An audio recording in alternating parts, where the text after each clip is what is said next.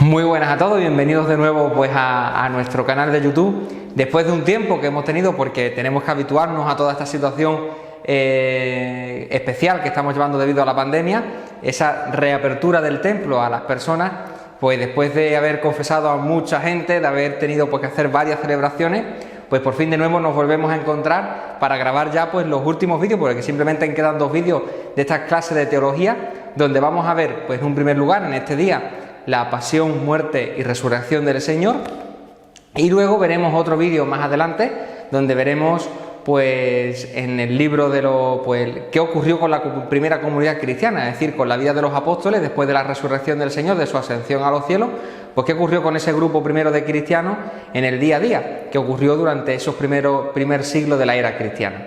Pues bueno, pues vamos a adentrarnos dentro de este primer apartado, que sería la pasión y muerte de nuestro Señor Jesucristo. ¿Qué ocurrió en esos días de la vida del Señor, esos últimos días de la vida de nuestro Señor Jesucristo?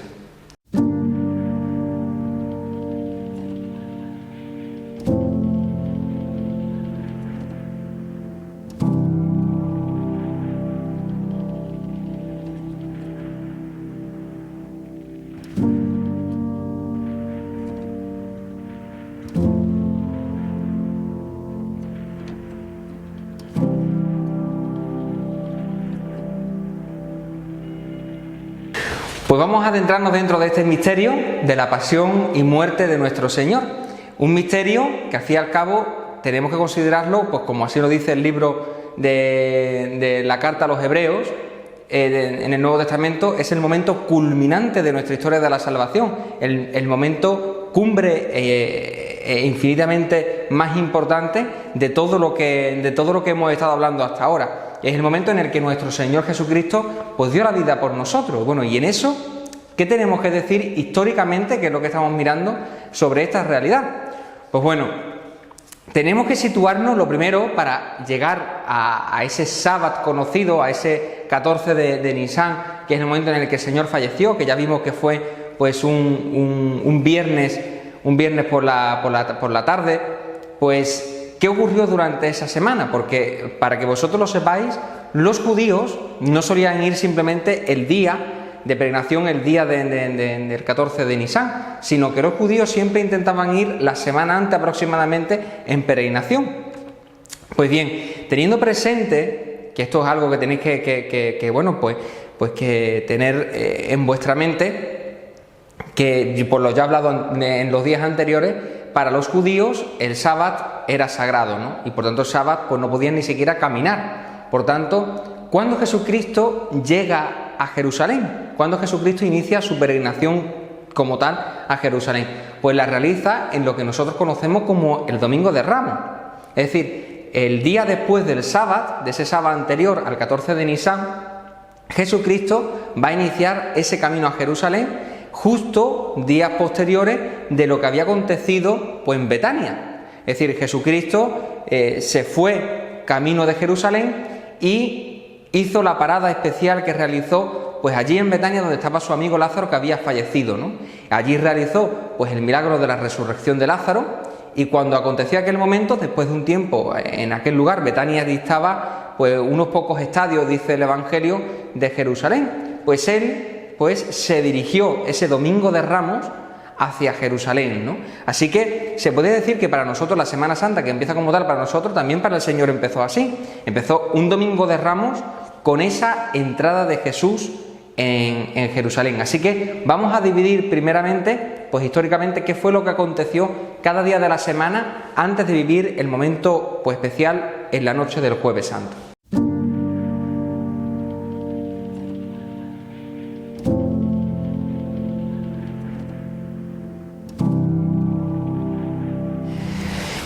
¿Qué aconteció el Domingo de Ramos? Pues bueno, el Domingo de Ramos, como ya os podéis imaginar, lo primero que tenemos que tener presente es que Jesucristo va a entrar en Jerusalén de una forma pues victoriosa, y va a ir montado, y ya lo sabemos todo, en un pollino de borrica. ¿Qué es un pollino de borrica? Un pollino de borrica es un pequeño el burro chiquitito, para que me entendáis, ¿no? Es decir, no es un burro ni siquiera, sino que es el hijo de un burro, es decir, de una burra. Incluso el pollino debía de ir acompañado por la madre. Incluso en los libros de los evangelios cuenta que se van a encontrar 2 burros atados. ¿Por qué? Porque el pollino de borrica nunca podía ir solo, siempre, porque si no se pone muy nervioso y no puede ir bien en el caminar, siempre tiene que ir acompañado de la madre. Pues Jesucristo no fue ni siquiera montado en la burra, para que me entendáis, sino que fue montado en su hijo, en el pollino de borrica. ¿Por qué? Porque esto es una premonición del Antiguo Testamento que decía: mira a tu rey, Jerusalén, que entra victorioso cabalgando en un pollino de borrica, ¿no? Y Jesucristo utiliza esa profecía y entra en Jerusalén en esos días previos, que, ojo, hay que tener presente una cosa muy importante. Cuando Jesucristo llega el Domingo de Ramos a Jerusalén, llega ya con una situación muy complicada, porque ya habían decidido el grupo de los fariseos, los saduceos y los herodianos, habían decidido que querían matar a Cristo, querían matar al Señor. Y por tanto, Jesucristo, cuando decide ir a Jerusalén, porque él está pues con sus apóstoles predicando en Galilea, había hecho ya, como vimos anteriormente, varias peregrinaciones a Jerusalén, y cada vez iba teniendo más problemas a la hora de ir. Pues bien, resulta que cuando va este Domingo de Ramos es cuando Jesucristo sabe que está yendo para morir, y los apóstoles van para allá muy asustados. Ellos saben que no quieren verlo vivo, que están en una situación muy complicada y tienen miedo, pero Jesucristo se avecina y entra en Jerusalén pues con total tranquilidad, deseando pues de vivir la pasión, ¿no? Y de esa forma Jesucristo entra montado en ese pollino de borrica, haciendo ver pues que está entrando el rey. Ese rey que muchas veces anteriormente Jesucristo había rechazado, en este momento lo van a aceptar. Él aceptará su reinado, es decir, él aceptará ser rey, que la gente lo proclamen como rey. Fijaros que cuando llega allí empiezan a vitorear con palmas, a ponerle pues en el suelo pues las túnicas y aceptando Hosana al hijo de David.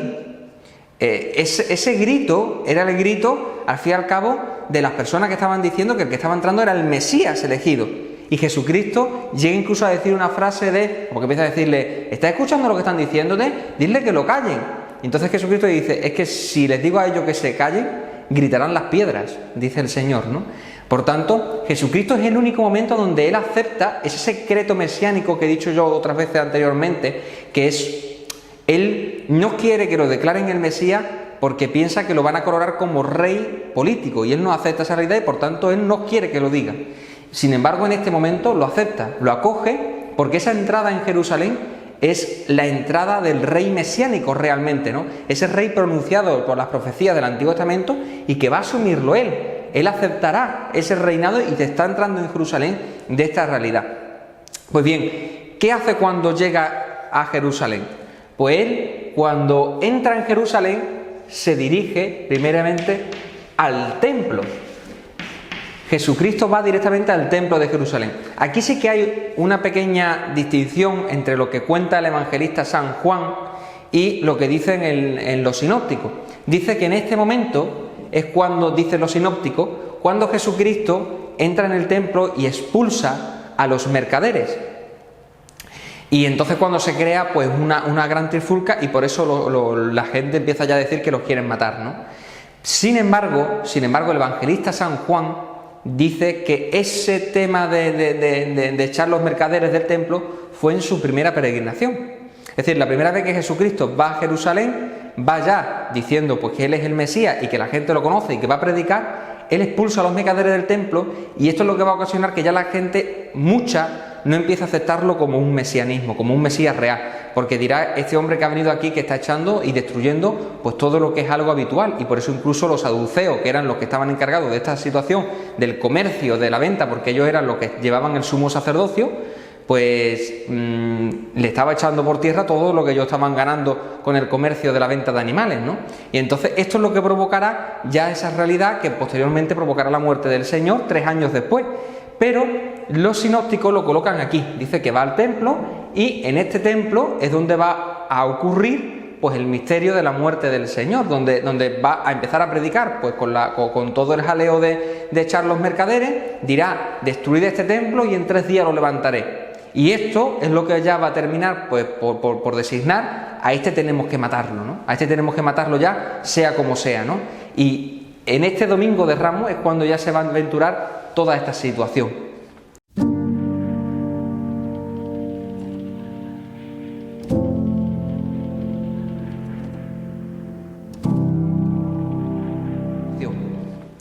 Si seguimos más adelante, vamos a tener presente que hay detalles concretos que habrá que tener en una fuerza, ¿no?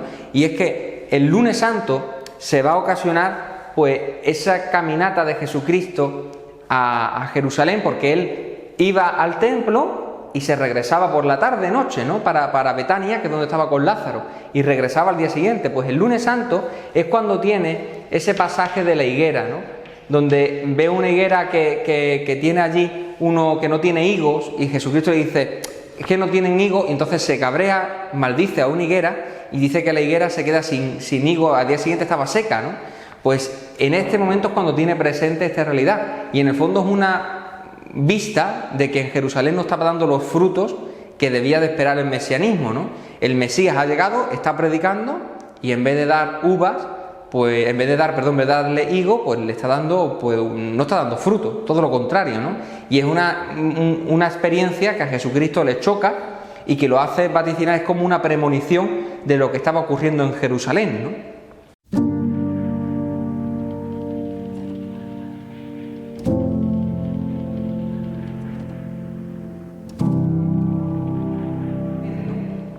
El martes es cuando se va a encontrar concretamente con el tema de la viuda. Es el evangelio conocido en la que una viuda echa las monedas en el templo y Jesucristo, que está allí sentado, lo ve y dice: pues esa moneda, esa viuda ha echado más que todos los demás, ¿no? Y provocará posteriormente una disputa con las autoridades, disputas con las autoridades, ¿no? del templo. Él, cuando empieza a decir pues que el sábado y que para arriba y que para abajo, pues empezará a crear otra disputa, que si ya estaba todo designado, esta disputa será como buscándole las cosas en las cosquillas al Señor para que declarara y dijera cosas blasfémicas y pudieran declararlo como reo.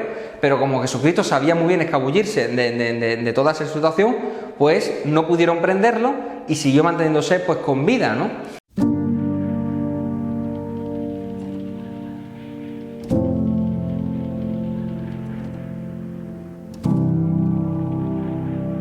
¿no? Esto va a ocasionar que el miércoles será cuando Judas va a ir a venderlo al sumo sacerdote. Es decir, al día siguiente de haber ocurrido esta realidad, esta disputa de nuevo, aparecerá Judas, irá al sumo sacerdote y le dirá que cuánto le da por venderle a Jesucristo, ¿no? Y terminará designándolo pues por 30 monedas de plata, ¿no? Será que curiosamente, pues por si no lo sabéis, era el dinero con el que se compraba un esclavo. Fijaros qué cosa más curiosa, ¿no? Lo que costaba un esclavo es lo que le van a dar a Judas por entregar al Señor, ¿no? Así que fijaros qué cosa más fuerte, ¿no?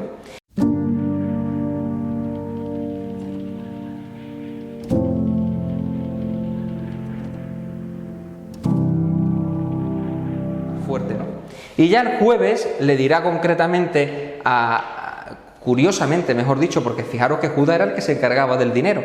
Sin embargo, el Señor no le dice a Judas que vaya a preparar la cena de Pascua. Además, le dice que vaya a preparar la cena de Pascua, curiosamente, cuando supuestamente la cena de Pascua tendría que haber sido al día siguiente, viernes, ¿no? Pero él lo hace el jueves, sabiendo que él ya no iba a estar con ellos en esa noche. Y por tanto él termina teniendo esa última cena el jueves al anochecer, y le dice a Pedro y a Juan que preparen ellos la cena, como ya sabiendo que si se lo decía a Judas, podía hacer que en esa misma noche lo apresaran, y él no quería que lo apresaran en aquel lugar, porque si lo apresaban antes de la última cena, pues perdía el simbolismo profundo que iba a tener pues para nosotros la Eucaristía, ¿no? Y por tanto él no se lo dice a Judas, se lo dice a Pedro y a Juan, que son los que irán a preparar la cena del Señor. Y en esa noche lo que va a acontecer es lo siguiente, ¿no?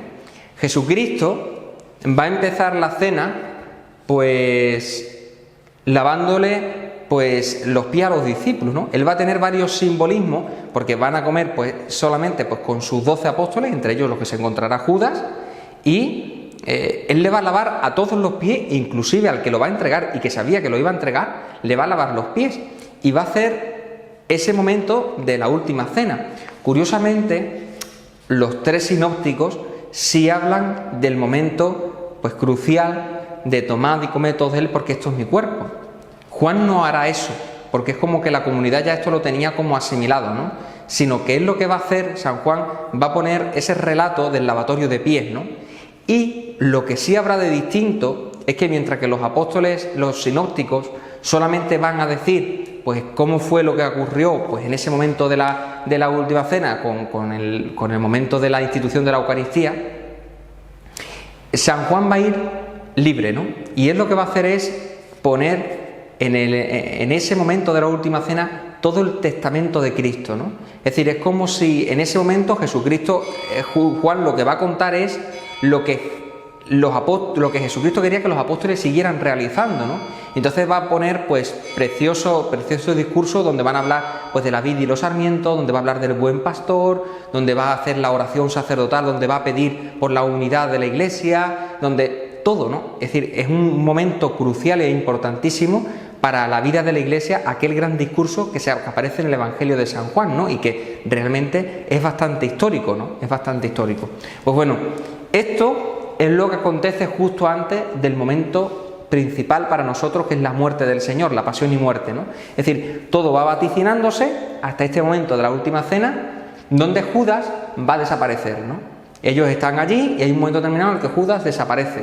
Entonces, cuando terminan de realizar, que ya hemos hablado todo cómo era esa última cena, cuando salen después de haber bebido la última copa, ¿vale? Salen todos, pues camino del huerto de los olivos, un lugar donde solían reunirse y que ya Judas sí sabía que allí es donde se iban a ir después. Y por tanto él se va para buscar a los soldados y llevárselo al huerto de los olivos, que es donde se reunía el Señor con sus apóstoles, para tenerlo apresado, ¿no? Así que lo paramos aquí y ahora vamos a adentrarnos dentro del momento de la pasión del Señor.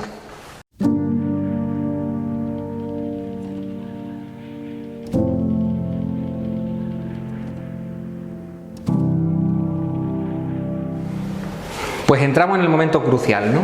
El momento de lo que es pasión y muerte del Señor, ¿no? Empezamos ¿dónde, no? Pues los apóstoles se han metido, pues como no, en ese huerto de los olivos, un lugar donde los apóstoles pues iban con frecuencia cuando iban allí a Jerusalén a descansar y a orar, ¿no? Era como un terreno especial del Señor, donde ahí se sentía pues muy a gusto, ¿no? Pues se encaminan hacia ese huerto donde vamos a ver de una manera muy especial la doble naturaleza de Cristo, ¿no? Algo que sabemos por su encarnación, pero que en este momento se hará de una forma patente y clara, ¿no? Es decir, en el momento del huerto de los olivos, pues él se va pues con los 11, porque Judas no está, y va a dejar a los 8 en un lado y se va a ir con los 3 principales apóstoles, ¿no? Que son pues los predilectos, como se conocen, ¿no? Pedro, Juan y Santiago. Se va a ir un poco más adelante y se va a alejar de ellos como de un tiro de piedra, dice el Evangelio, ¿no? Y entonces Jesucristo dice que está hasta la muerte triste, ¿no? Su alma está triste hasta la muerte, dice concretamente, ¿no? Y empezará pues de esa impotencia, de ese sufrimiento grande, porque, es decir, nosotros humanamente la muerte la vivimos una vez en nuestra vida, ¿verdad? Es decir, nosotros no nos morimos varias veces, sino que solamente una vez, y vaticinamos pues personalmente que es el sufrimiento de la muerte una vez en nuestra vida, ¿no? Sin embargo, Jesucristo le tocó vivir su muerte 2 veces. En Getsemaní, Jesucristo va a vivir en sí mismo todo lo que va a hacer su propia muerte, ¿no? Y va a crear dentro de sí un conflicto, unas tentaciones muy fuertes por parte del demonio que lo van a hacer pues querer poner en duda ante lo que significa el misterio de la cruz, ¿no? Si realmente va a poder salvar a todo el mundo, si realmente va a ser capaz de vivir ese momento tan duro de la pasión, humanamente es inaguantable, eso no va a llegar a nada, y va a tentarle con pues distintas realidades para evitar aquello, ¿no? Esto va a ocasionar que esto científicamente se ha visto que se puede vivirse, ¿no? Ante un sufrimiento muy grande y una tensión muy grande, la persona puede romper los vasos capilares que tiene a lo largo del cuerpo y podemos llegar incluso a sudar sangre, ¿no? Eso es algo que puede ocasionarse debido a un sufrimiento muy grande de tensión que la persona puede estar pasando, y Jesucristo pues le pasó eso, ¿no? Vivió aquel sufrimiento grandísimo de vivir la pasión de esa manera que se acercaba, ¿no? Y allí pues tuvo aquella frase tan emblemática, ¿no? Padre, aparte de mí este cáliz, pero no se haga mi voluntad sino la tuya, ¿no? Es decir, él humanamente no quería vivir ese cáliz, ¿no? ¿Por qué? Porque nadie quiere morir de esa manera, ¿no? Es algo humano que la persona pues quiera rechazar el sufrimiento, quiera rechazar pues sobre todo la muerte, y una muerte de cruz. Pero esa parte humana tiene que unirse de una manera especial con la parte divina, ¿no? Donde el Señor pues grita al Padre que le ayude pues a que sea capaz de hacer su voluntad, ¿no? A ser capaz de vivir la voluntad divina dentro de la voluntad humana, ¿no? Que esa voluntad humana y esa voluntad divina se unan en una, ¿no? Igual que la doble naturaleza, ¿no? Y por tanto en el Huerto de los Olivos vamos a encontrar nuestra realidad de una forma patente y clara, ¿no? Cuando Jesucristo regresa, porque regresa varias veces a buscar a los apóstoles que se lo encontraban medio dormidos, en la última vez, cuando Jesucristo ya estaba fuerte, es cuando dice: venga, levantaos, que se acerca el que me va a entregar, ¿no?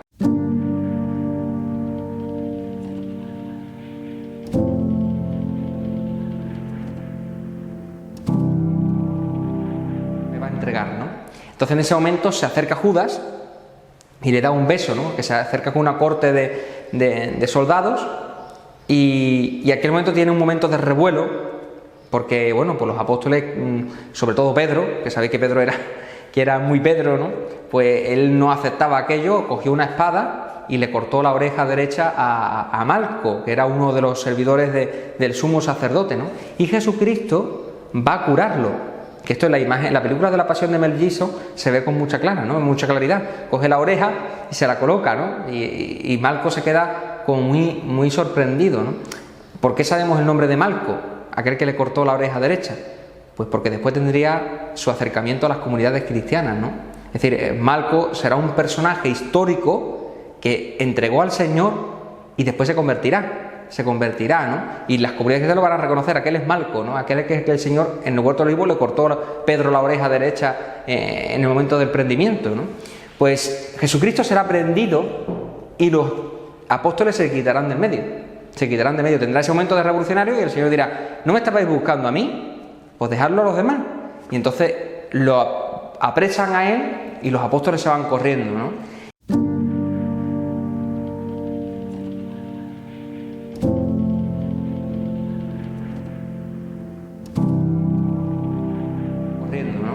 Y Jesucristo será prendido y será llevado a juicio primero a la casa de Caifás. En aquel lugar, en una noche donde realmente no puede haber ningún juicio, Jesucristo tendrá un juicio falso con testigos falsos y gente que le habían dicho que fueran nada más que a los que el sumo sacerdote sabía que iban a entregar al Señor, ¿no? Y por tanto él los llamó en mitad de la noche para que fueran a ese juicio, ¿no? Un juicio a ocultas y falso, ¿no? Se lo llevaron y lo enjuiciaron allí, y lo que buscó fue que Jesucristo dijera: yo soy el Hijo de Dios. En el momento en el que el sumo sacerdote consigue que Jesucristo diga: yo soy el Hijo de Dios, ha blasfemado, ¿no? Ha blasfemado. Y el sumo sacerdote hará una cosa que no sé si vosotros lo sabéis, y es que se va a rasgar las vestiduras. Este hecho concretamente es curioso porque en el libro del Levítico dice que el sumo sacerdote, y los sacerdotes nunca se rasgarán las vestiduras, nunca.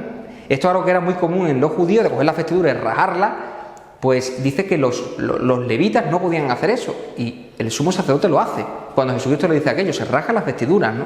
Y entonces Jesucristo será declarado reo de muerte, y aquí vendrá el problema. ¿Qué ocurre? Que los judíos tenían libertad de culto, pero cuando tenían que matar a alguien no podían hacerlo ellos. El único que podía dar autoridad para matar a alguien era Roma, y por tanto ellos no pueden matarlo. Así que Jesucristo lo van a colocar pues encerrado allí en casa de Caifás, que tenía pues incluso pues lugares para encarcelarlo, que además que es muy bonito porque si alguno ha ido a Jerusalén, pues lo va a saber lo que estoy diciendo, ¿no?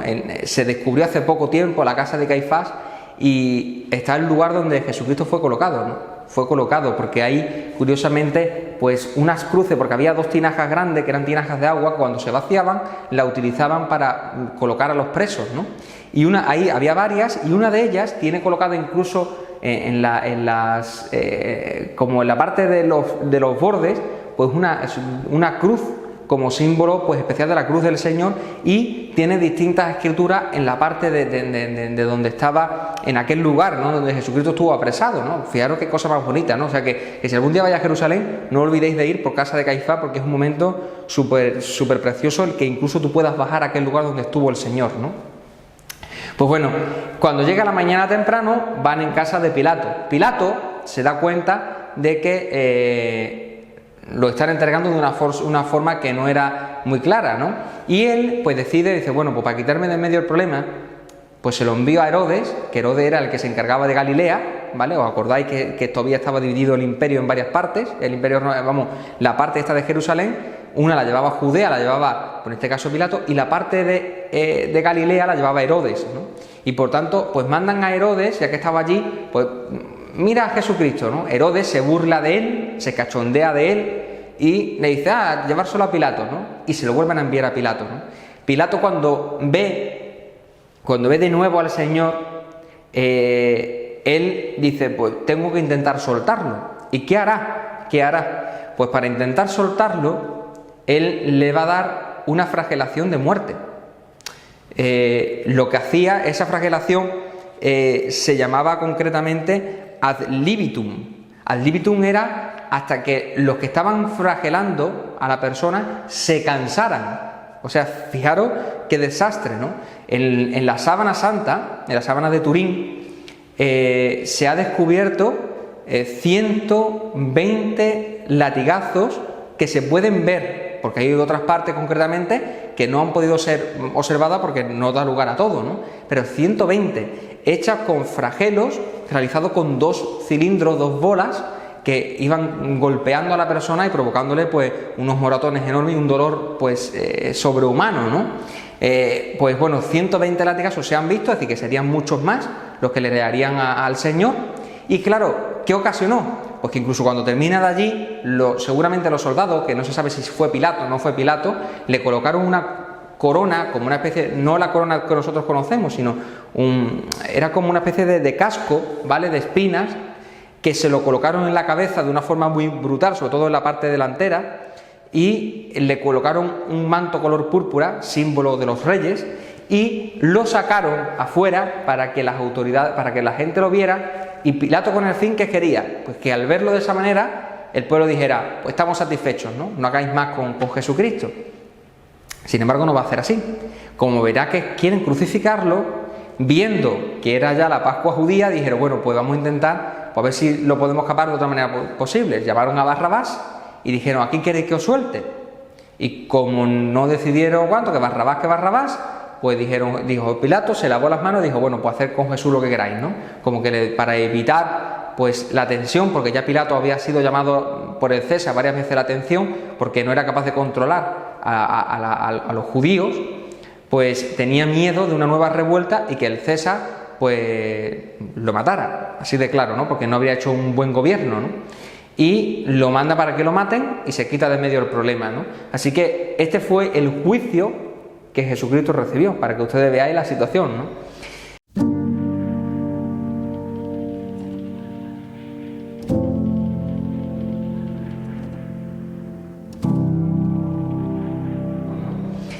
¿Qué ocurre? Le colocan, pues según algunos una cruz y según algunos otros un madero, ¿no? Curiosamente el relato de los evangelios habla de la cruz, Según dicen algunos, realmente no se le da una cruz, sino que lo que se le da es un madero que será con el que irá llevando hasta el lugar donde va a ser enterrado, que había, crucificado, ¿no? Que había distintos palos, es donde luego era crucificada la persona, ¿no? Existen 2 versiones, ¿no? Sí sabemos que en ese camino de la cruz tenemos varios testimonios, ¿no? Testimonios bíblicos con constancia. Por un lado, el momento en el que aparece las mujeres de Jerusalén, ¿no? Hay un momento concreto en el que Jesucristo va camino con la cruz y consuela a unas mujeres de Jerusalén que estaban llorando por el Señor, ¿no? Y otra cosa es lo que ocurrió con Simón de Cirene. Simón de Cirene es otro personaje igual, ¿no? Que dice que iba, un hombre que no conocía a Jesucristo, que iba camino del campo con su hijo y curiosamente aparece el nombre de él y de su hijo. ¿Esto qué es lo que nos hace? Pues igual que antes hemos visto con la persona curiosamente de que lo prende, ¿no? Con Malco, pues pasa lo mismo con Simón de Cirene. Será un personaje que se convertirá, él y su hijo concretamente, y serán de las primeras comunidades cristianas gracias a ir con Jesús en la cruz, ¿no? Que lo que se hará, es decir, nosotros siempre le ponemos como que le ayudó a cargar con la cruz, y esto no es real. Es decir, Jesucristo estaba tan cansado, no podía con su alma, y lo que hará es que le darán la cruz o el madero, lo que no sabemos concretamente, se lo darán al Señor, ¿no? A Jesucristo, a Simón de Cirene, para que él lo lleve, porque Jesucristo no podía cargar con la cruz, ¿no? Pues estas son las dos cosas que conocemos del camino de la cruz. Después existen otras tradiciones que no aparecen en los evangelios, como son el momento de las 3 caídas, que se conoce, que Jesucristo cayó 3 veces, o conocemos, como no, pues el momento de la Verónica, o también otra cosa que también rezamos en el Vía Crucis, el encuentro con María, con su madre, ¿no? En el momento de camino de la cruz, ¿no? Pero bueno, para que sepáis pues las circunstancias que rodean a esta situación.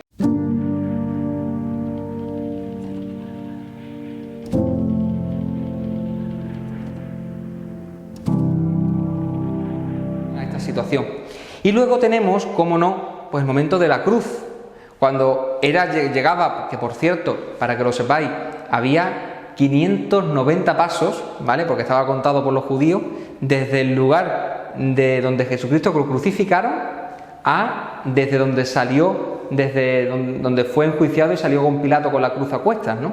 De forma que son 590 pasos lo que Jesucristo tuvo que andar y caminar para morir en la cruz, ¿no? Para un detalle concreto, para que, bueno, pues detalle curioso, ¿no? Que tengáis presente, ¿no? Pues cuando llegaba allí, al lugar de la calavera, al Gólgota, pues lo que hacían era, pues le quedaba un tormento todavía más grande, ¿no? Y era que lo clavaban en la cruz, lo clavaban en el primer madero, que era el de los brazos, y lo subían en alto, y cuando lo habían subido en alto le clavaban los pies a la cruz, ¿no? Pues bueno, pues ahí es donde quedó pues el Señor crucificado desnudo, ¿no? No tenemos que pensar que Jesucristo pues lo pusieron pues como nosotros lo colocamos normalmente en los crucifijos, ¿no? Sino en ese momento el Señor estaba totalmente desnudo, cosa que para un judío era pues muy vergonzoso, ¿no? Imaginarse, ¿no? Si para nosotros actualmente pues nos da un poquito de apuro, para los judíos era algo denigrante, ¿no? Denigrante, ¿no?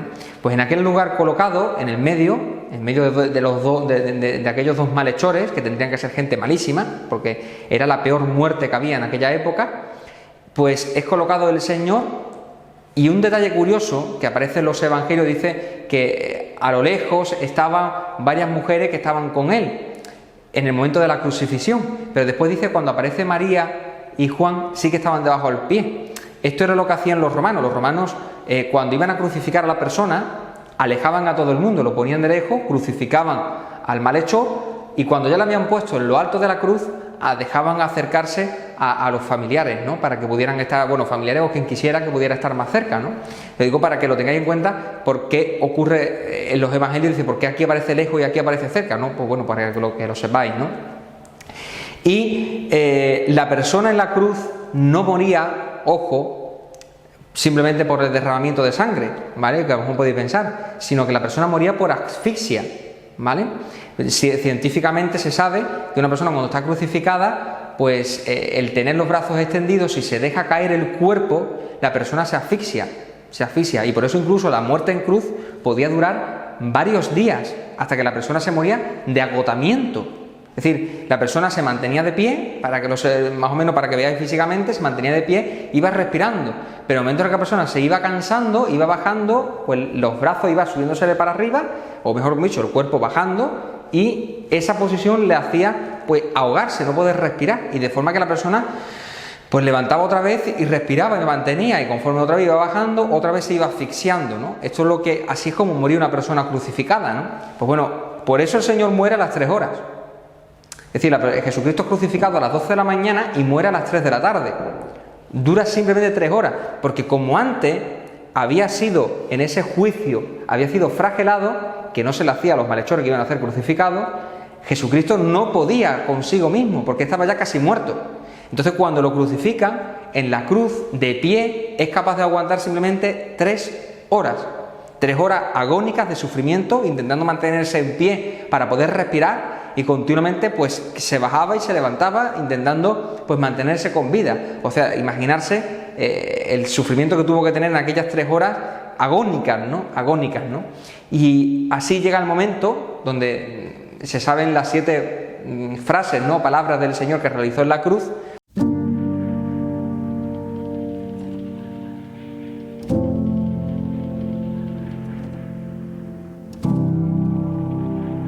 En la cruz hay un momento especial que lo he puesto porque yo creo que es algo que a vosotros va a ayudar concretamente en el tema de la virginidad de la Virgen, de María, ¿no?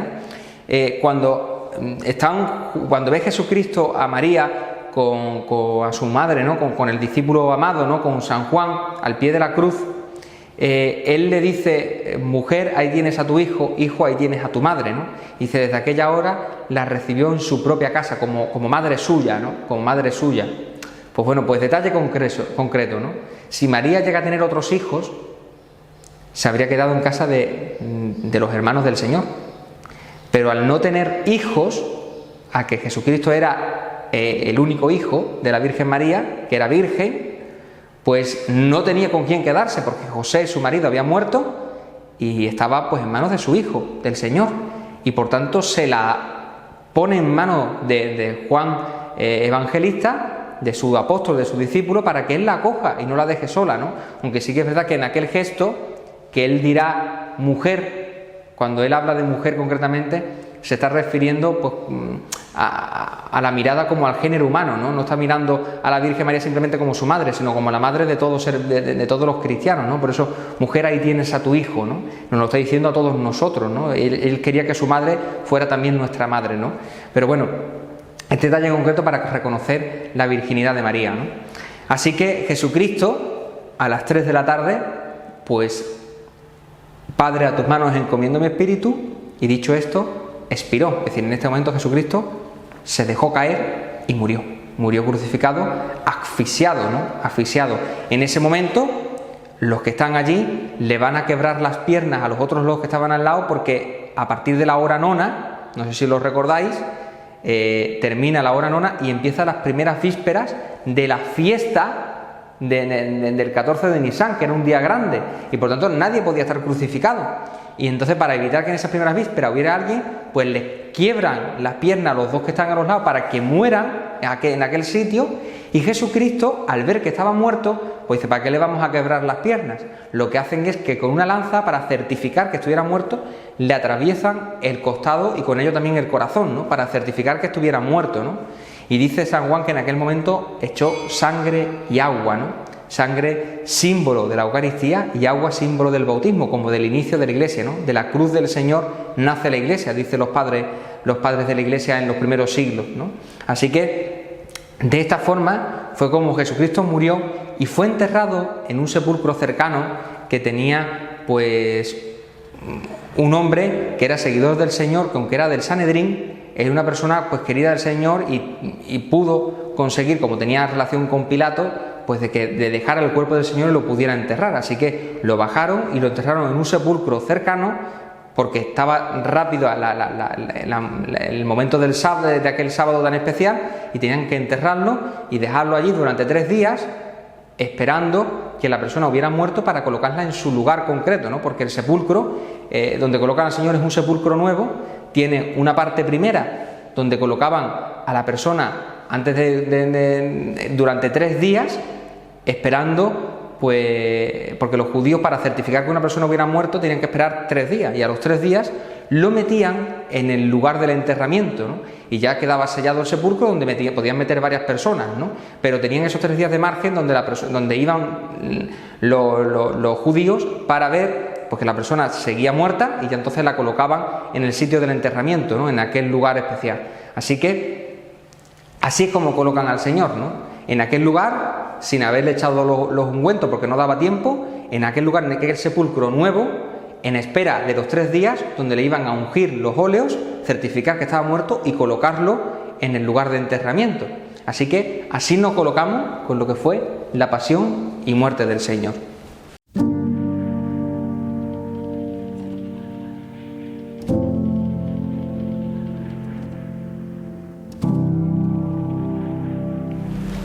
Pues después de haber visto esta situación de la muerte del Señor, vamos a centrarnos de una forma pues más breve, porque sí que es verdad que de los evangelios conocemos menos de este relato. Vamos a ver lo que fue la resurrección del Señor. ¿Qué podemos decir? Pues bueno, pues lo siguiente, es decir, de forma histórica ocurrió de la siguiente manera, ¿no? Las primeras que tenemos que tener presente, como no, son las mujeres, ¿no? Las mujeres que por la mañana temprano pues se acercan al sepulcro el domingo por la mañana, el primer día de la semana, se acercan para ungir el cuerpo del Señor con los aromas para que después los apóstoles pudieran colocarlo en el sepulcro. Pues en su lugar de entierro, para que me entendáis mejor, ¿no? Porque en el sepulcro estaba, pero si no, yo me refiero en el lugar del enterramiento, ¿no? Pues van las mujeres por la mañana temprano y se encuentran que el sepulcro, pues la piedra está movida, no está en el sitio donde estaba colocada para evitar que entrara nadie, ningún vándalo ni nada. Y se asustan, ¿no? Ve desde fuera que el cuerpo del Señor no está y tienen una aparición de ángeles que le dicen que Cristo está vivo y que se lo digan a los apóstoles, ¿no?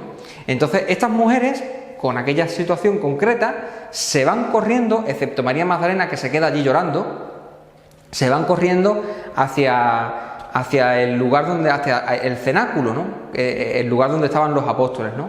Al llegar allí, al lugar de donde estaban sus discípulos, pues se lo dice, ¿no? Cristo ha resucitado, nos lo han dicho una aparición de ángeles, ¿no?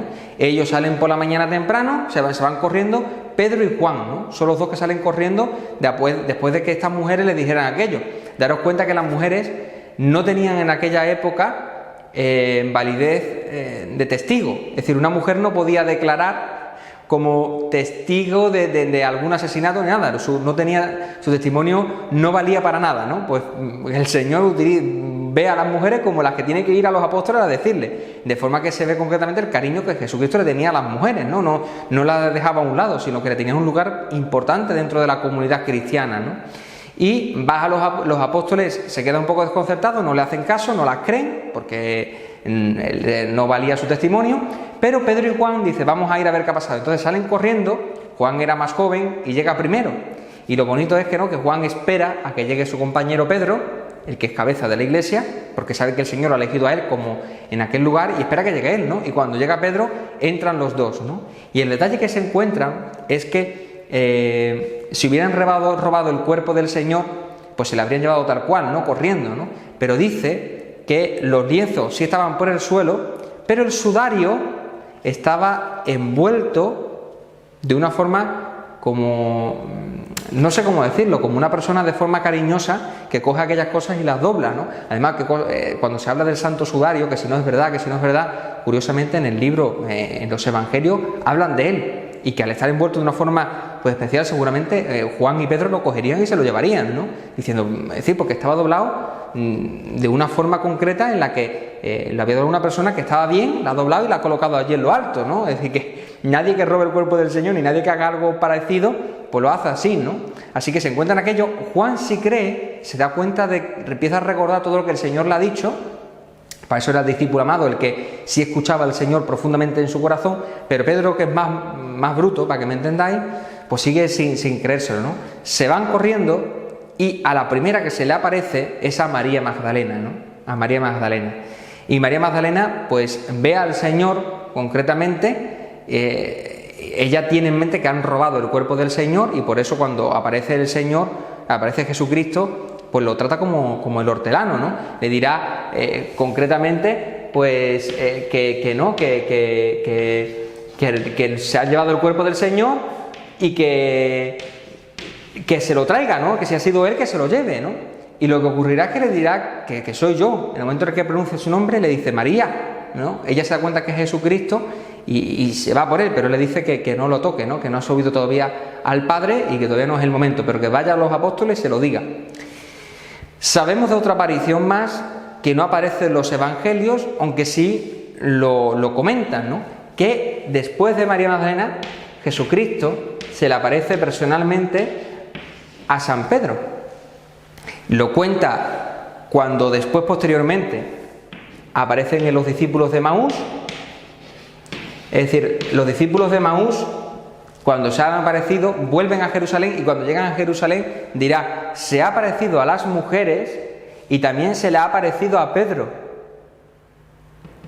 Y entonces se le aparece a todos juntos. Pero fijaros qué cosa más curiosa, esta aparición, ¿qué le diría el Señor a Pedro? Pues no lo sabemos, no lo sabemos, pero sí que es verdad que es una aparición concretamente que tiene Pedro de una forma especial, ¿no? En la figura del primer papa que tenemos en la iglesia, pues bueno, pues Jesucristo se le apareció. Y después de esto, pues tiene varias apariciones con los apóstoles, donde el Señor les demuestra que está vivo, que ha resucitado, come con ellos, habla con ellos, les explica distintas cosas, les dice que le va a enviar el Espíritu Santo, les dice que recuerden todo lo que han visto anteriormente.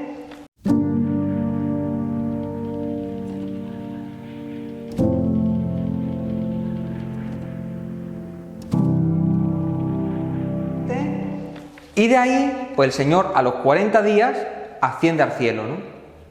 Tiene aquel momento donde el Señor pues dice: todo está hecho, ya todo está preparado, y ya os conviene que yo me vaya para que yo pueda enviaros el Espíritu Santo, ¿no? Pueda enviaros el Paráclito. Y entonces el Señor, a los 40 días justo, en el jueves de la Ascensión, que ya hoy se celebra el domingo, pues estos días pasados lo hemos visto, Jesucristo asciende al cielo, y ocurrirá este momento en el que los apóstoles pues se quedarán como que me falta algo, ¿no? Me falta algo. Y así es como se queda. Así es como se queda pues el momento de la ascensión. La ascensión del Señor a los cielos es un momento importante para su vida, de la vida del Señor, no como algo sin importancia, porque la ascensión lo que va a mostrar es que Jesucristo ha sido devuelto de nuevo al Padre, y cuando llega al Padre pues vuelve a tener la gloria de la cual había sido, entre comillas, arrebatado, ¿no? Jesucristo, cuando es encarnado, toda esa majestuosidad que tiene el Señor pues está oculta, mejor dicho, en la apariencia carnal, ¿no? Y cuando asciende a la derecha del Padre, pues asume en sí mismo de nuevo todo ese poder y gloria, esa majestad, que por eso se habla de que es sentado a la derecha del Padre, ¿no? De forma que adquiere de nuevo pues esa realidad divina de forma plena que tenía oculta humanamente en el momento que estuvo encarnado y estuvo entre nosotros, ¿no? Por eso esa encarnación, ese momento de la ascensión, es el momento en el que se culmina, ¿no? Por decirlo, la tarea del Señor. ¿Por qué? Porque además la humanidad ha subido al cielo, ¿no? Él bajó del cielo para que la humanidad pudiera subir al cielo, ¿no? Y por eso en el momento de la ascensión es cuando culmina y termina pues todo lo que es realmente el motivo de la encarnación del Señor, ¿no? Así que por eso incluso en las plegarias eucarísticas, no sé si os habéis dado cuenta cuando estáis escuchando la plegaria, que el sacerdote habla de la muerte y resurrección del Señor, y habla de su ascensión a la derecha del Padre, o habla de la ascensión concretamente, siempre lo nombra, lo menciona, porque es un momento importante dentro de todo lo que fue la pasión, muerte y resurrección del Señor. Sin la ascensión, pues no habría culminado todo ese proceso de la muerte y resurrección.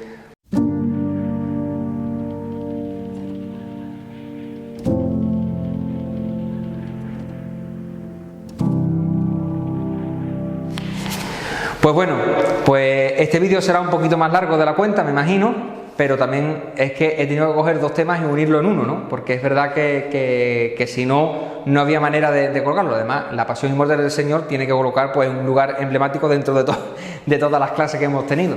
Así que, sin más, pues os doy mi bendición. El Señor esté con vosotros. Y con tu espíritu. Y la bendición de Dios Todopoderoso, Padre, Hijo y Espíritu Santo descienda sobre vosotros. Amén. Pues nos vemos en el siguiente y último vídeo, donde hablaremos de Pentecostés y de la realidad de los apóstoles y primeros discípulos del Señor, la primera comunidad cristiana. Nos vemos en el siguiente vídeo.